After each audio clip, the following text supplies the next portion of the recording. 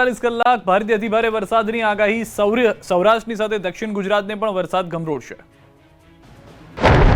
રાજ્યમાં 2 નવેમ્બર સુધી માવઠું ખેડૂતોની કમર તોડવા આવી રહ્યું છે। સૌરાષ્ટ્ર અને દક્ષિણ ગુજરાતમાં કમોસમી વરસાદ વરસશે તેવી હવામાન નિષ્ણાત અંબાલાલ પટેલે આગાહી કરી છે। ઉત્તર ગુજરાત સૌરાષ્ટ્રના ભાગોમાં પણ ગાજવીજ સાથે ત્રાટકી શકે છે માવઠું। 18 નવેમ્બર બંગાળમાં ચક્રવાત સર્જાવાની શક્યતા અંબાલાલ પટેલે વ્યક્ત કરી। 15 ડિસેમ્બર સુધી ચક્રવાતની અસર દેખાશે। અરબ સાગરમાં સર્જાયેલા ડિપ્રેશનને કારણે રાજ્યમાં 2 દિવસ ભારે વરસાદની હવામાન વિભાગે આગાહી કરી, જ્યારે અરબ સાગરમાં સર્જાયેલું ડિપ્રેશન 24 કલાકમાં નબળું પડશે। ગીર સોમનાથ, દીવ, અમરેલી, ભાવનગર, ભરૂચ, સુરતમાં અતિભારે વરસાદ વરસવાની શક્યતા। કાંઠા પર 46 થી 50 કિલોમીટરની ઝડપે પવન ફૂંકાશે। પવનની સાથે માછીમારોને હજુ 3 દિવસ દરિયો ન ખેડવા માટે સૂચના અપાઈ છે। एक डिप्रेशन है जो ईस्ट सेंट्रल अरेबियन सी पे है।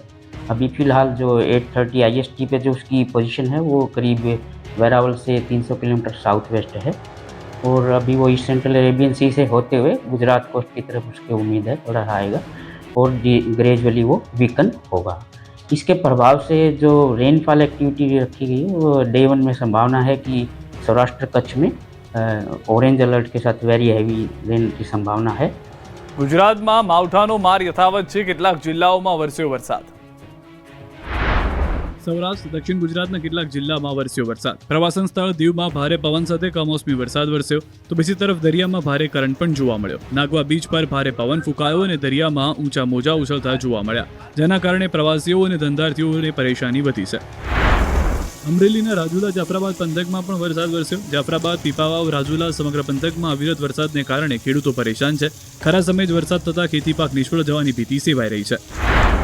વલસાડ જિલ્લાના વાતાવરણમાં પણ જિલ્લામાં કમોસમી વરસાદની હિલી યથાવત છે। વલસાડ, વાપી, ધરમપુર, કપરાડા, ઉમરગામ અને પારડી તાલુકામાં પણ વરસાદ નોંધાયો છે। વરસાદને કારણે લોકોને મુશ્કેલીનો સામનો કરવો પડ્યો। સાબરકાંઠા જિલ્લામાં શિયાળામાં ચોમાસા જેવો માહોલ જોવા મળ્યો। તમામ તાલુકામાં વરસાદી માહોલ છવાયો। માવઠાને કારણે ખેડૂતોમાં ચિંતા ફેલાઈ। પ્રાંતિજ, ખેડબ્રહ્મા, વડાલી, હિંમતનગરમાં વરસાદી માહોલ છવાયો। માવઠાને કારણે દિવાળી બાદ પણ ઘણા માર્કેટયાર્ડ રાબેતા મુજબ ચાલુ ન થઈ શક્યા। અરવલ્લી, મોડાસા માર્કેટયાર્ડ 2 દિવસ બંધ રહેશે। વરસાદની આગાહીના પગલે 2 દિવસ હરાજીનું કામકાજ બંધ રહેશે। ખેડૂતોને આ 2 દિવસ ખેત પેદાશો માર્કેટયાર્ડમાં વેચવા માટે ન લાવવા વિનંતી કરાઈ છે। સુરતમાં પણ દિવસ દરમિયાન વાદળછાયું વાતાવરણ રહ્યું અને કેટલાક વિસ્તારોમાં ઝરમર વરસાદ જોવા મળ્યો। કમોસમી વરસાદને લઈને ખેડૂતોની ચિંતામાં વધારો થયો। સતત ત્રીજા દિવસે પણ જૂનાગઢનું ગિરનાર રોપવે બંધ રાખવાની ફરજ પડી। ગિરનાર પર વાદળછાયું વાતાવરણ, ધીમી ધારે વરસાદને કારણે રોપવે ચલાવવો મુશ્કેલ બન્યો। પ્રવાસીઓની સલામતીને લઈને રોપવે બંધ રાખવાનો નિર્ણય કરવામાં આવ્યો। પગથિયા ચડી શ્રદ્ધાળુઓ ગિરનાર પર્વત પહોંચી રહ્યા છે। વરસાદના કારણે ગિરનારનો આહલાદક નજારો નજરે પડી રહ્યો છે। ગીરથી લઈને અમરેલી સુધી વરસાદની સટાસટી। ગીર સોમનાથમાં કમોસમી વરસાદનો કહેર જોવા મળ્યો। ગીર ગઢડામાં ધોધમાર વરસાદને કારણે રોડ પર તો નદીઓ વહેતી થઈ હોય તેવા દ્રશ્યો સામે આવ્યા, તો બીજી બાજુ કમોસમી વરસાદને કારણે શાણા ડુંગર ગામ ફરી સંપર્ક વિહોણું થયું। રૂપેણ નદીના પાણી રસ્તાઓ પર ફરી વળ્યા। ગામના મુખ્ય માર્ગો પર નદીના પાણી ફરી વળતા ગ્રામજનોને ભારે મુશ્કેલી વેઠવાનો વારો આવ્યો। અમરેલીમાં વરસાદે દબાટી બોલાવી। જાફરાબાદ તાલુકામાં વરસાદે જમાવટ કરી। ટીંબી, માણસા, ફાસરિયા, નાગેશ્વરી સહિતના અનેક વિસ્તારોમાં કમોસમી વરસાદ ખાબક્યો। રાજુલા, સાવરકુંડલામાં માવઠું થતાં ખેડૂતોની ચિંતામાં વધારો થયો। ગામમાં કમોસમી આફત વરસતા ખેડૂતોનો પાક પલળ્યો। ધાતરવડી ડેમમાં પાણીની આવક થતાં 10 દરવાજા ખોલવાની પડી ફરજ। નીચાણવાળા ગામોને તંત્રએ એલર્ટ કર્યા છે। આ તરફ દીવના દરિયો તોફાની બનેલા દ્રશ્યો જોવા મળ્યા। દરિયામાં 5 થી 7 ફૂટ ઊંચા મોજા ઉછળ્યા। દરિયાકાંઠે ભારે પવન ફૂંકાયો। પ્રવાસીઓના દરિયા કિનારે જવા પર પ્રતિબંધ ફરમાવવામાં આવ્યો। પોરબંદર જિલ્લામાં વાવાઝોડાની સ્થિતિને લઈ એનડીઆરએફની ટીમ તૈનાત કરવામાં આવી। વાવાઝોડાની આકસ્મિક પરિસ્થિતિને પહોંચી વળવા માટે રાજ્ય સરકારે આગોતરા પગલાં લીધા। જિલ્લામાં રાહત અને બચાવ કાર્ય માટે એનડીઆરએફ 6 અને વડોદરાની એક ખાસ ટીમની ફાળવણી કરવામાં સફળ રહી। 30 જવાનોની ટુકડી રેસ્ક્યુ કરી આધુનિક સાધન સામગ્રી સાથે સ્ટેન્ડ બાય રાખવામાં આવી છે। ખેડૂતો માટે વધુ એક માઠા સમાચાર આવ્યા। આવતીકાલથી નહીં થાય ટેકાના ભાવે ખરીદી। માવઠાના મારમાં બધું ગુમાવી ચૂકેલા તાતને વધુ એક ફટકો પડ્યો। આવતીકાલે 1 નવેમ્બરથી ખરીફ પાકોની ટેકાના ભાવે ખરીદી શરૂ થનાર હતી, જે ખરીદી પ્રક્રિયા જણસ પલળી ગઈ હોવાથી રદ કરવામાં આવી। છેલ્લા કેટલાક દિવસોથી પડેલા કમોસમી વરસાદ અને અનેક વિસ્તારમાં મગફળી સહિતના પાકોને થયેલા નુકસાનને પગલે સરકારે આ નિર્ણય લીધો। વરસાદને કારણે ખેડૂતની જણસ ભીંજાય અને પલળી જતા ખરીદી પ્રક્રિયા શરૂ કરવાની શક્ય નથી રહી। મગફળીનો કેટલો જથ્થો ખરીદવો તે બાબતે હજુ સુધી કોઈ અંતિમ નિર્ણય લેવાયો નથી। મહત્વનું છે કે સરકારે અગાઉ મગફળી, અડદ, સોયાબીન અને મગફળીની ટેકાના ભાવે હવે ખરીદી શરૂ કરવાની જાહેરાત કરી હતી અને તેના માટે ખેડૂતોએ મોટા પ્રમાણમાં રજીસ્ટ્રેશન પણ કરાવ્યું. હાલમાં કમોસમી વરસાદને કારણે મગફળી તથા અન્ય પાક પલળી જતા ખરીદીની શરૂઆતમાં અવરોધ ઊભા થયા. સરકાર હવે હવામાનની સ્થિતિ અને પાકની ગુણવત્તા તપાસીને નવી તારીખ જાહેર કરશે એવી સંભાવના વ્યક્ત થઈ રહી છે. ખેડૂતોમાં હાલ ખરીદી પ્રક્રિયા મુલતવી રાખવામાં આવતા નિરાશા સાથે અસ્પષ્ટતા પણ જોવા મળી રહી છે, કારણ કે મોટાભાગના ખેડૂતો પોતાની ઉપજ વેચવા માટે તૈયાર હતા. માવઠાના કારણે અનેક વિસ્તારમાં પાકને ભારે નુકસાન. આ દ્રશ્યો છે અરવલ્લીના. માવઠાના કારણે મોડાસા, બાયડ, ભિલોડા અને મેઘરજમાં મગફળીના પાકને ભારે નુકસાન થયું. જિલ્લાના મોડાસા, બાયડ, ભિલોડા અને મેઘરજ તાલુકામાં સતત કમોસમી વરસાદથી ખેતરમાં પડેલી તૈયાર મગફળી ઘર સુધી પહોંચવાને બદલે વરસાદી પાણી ભેગી થઈ ચૂકી છે. મગફળીનો પાક વરસાદી પાણીમાં સતત પલળતા કાળો પડી ગયો છે, જેના કારણે મગફળીના દાણા પણ સડી ગયા છે. આ પ્રકારની સ્થિતિમાં ખેડૂતોએ કરેલો ખર્ચ પણ માથે પડી રહ્યો છે. આગળ સામાજિક ખર્ચથી લઈને શિયાળુ પાકના વાવણી માટેનો ખર્ચ કેવી રીતે કાઢવો તે પ્રશ્ન છે. ત્યારે સરકાર દ્વારા સર્વે કરાવીને ખેડૂતોને યોગ્ય વળતર અપાય તેવી માંગણી ઊભી થઈ છે. તો આ તરફ ગીર સોમનાથમાં કમોસમી વરસાદને કહેર મચાવી રહ્યો છે. કમોસમી વરસાદને કારણે ખેતરો બેટમાં ફેરવાયા અને વરસાદના વિરામ થતાં ખેતરોમાં 3 ફૂટ સુધી પાણી ભરેલા છે.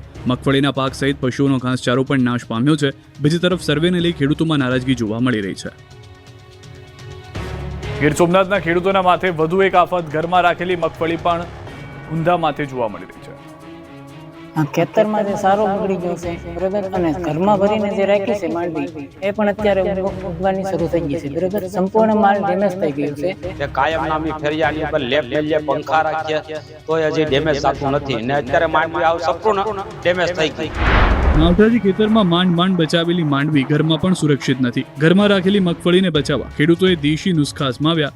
ખેડૂતો માટે આ પરિસ્થિતિ આશાના ચિહ્નોની વચ્ચે નિરાશાનું વાદળ બનીને આવી છે. ઉના તાલુકાના કેસરિયા ગામ સહિતના વિસ્તારમાં ખેડૂતોની હાલત ખરાબ છે. સતત વરસાદ અને ભેજના કારણે ઘરમાં રાખેલી મગફળીમાં અંકુર ફૂટી ગયા છે. ખેડૂતો હવે પોતાના જ ઘરમાં પાક બચાવવા માટે રાત દિવસ મથામણ કરી રહ્યા છે. કોઈ પંખા અને લાઇટના બલ્બથી ગરમી આપી મગફળી સુકાવવાનો પ્રયત્ન કરી રહ્યા છે, તો કોઈ થેલી ઉઘેડીને ભેજ ઓછો કરવાની કવાયતમાં લાગ્યા છે. છતાં પણ મગફળીના દાણા ઉગવા લાગતા પાક સંપૂર્ણપણે બગડી રહ્યો છે. ખેડૂતો કહે છે કે હવે મગફળી બચાવવી અશક્ય બની ગઈ છે. કેસરિયા ગામના ખેડૂત કહે છે કે આ વર્ષે તો ખેતરની સાથે ઘરનો પણ પાક બગડી નાખ્યો છે. અમે મગફળી બહાર કાઢીને ઘરમાં સુરક્ષિત રાખી હતી, પરંતુ હવે તે પણ ઉગવા લાગી છે.